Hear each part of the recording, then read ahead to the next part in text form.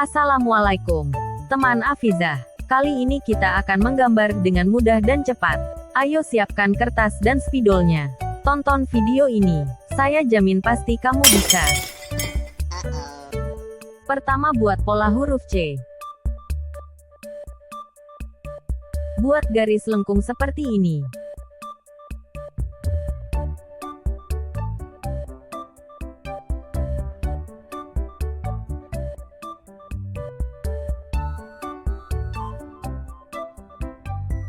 Buat pola sirip dengan ujung runcing.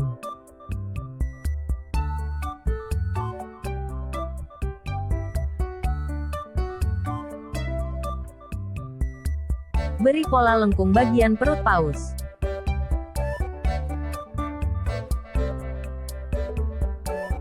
Beri garis strip pada ekor. Buat 2 lingkaran untuk gelembung.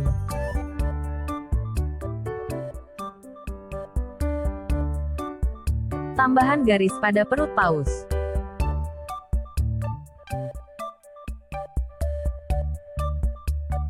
Gambar sudah jadi. Saatnya mewarnai. Biru tua untuk tubuh paus. Abu-abu untuk perut paus. Biru untuk gelembung. Biru muda untuk background. Ini hasil menggambar dan mewarnaiku. Bagaimana hasil gambarmu?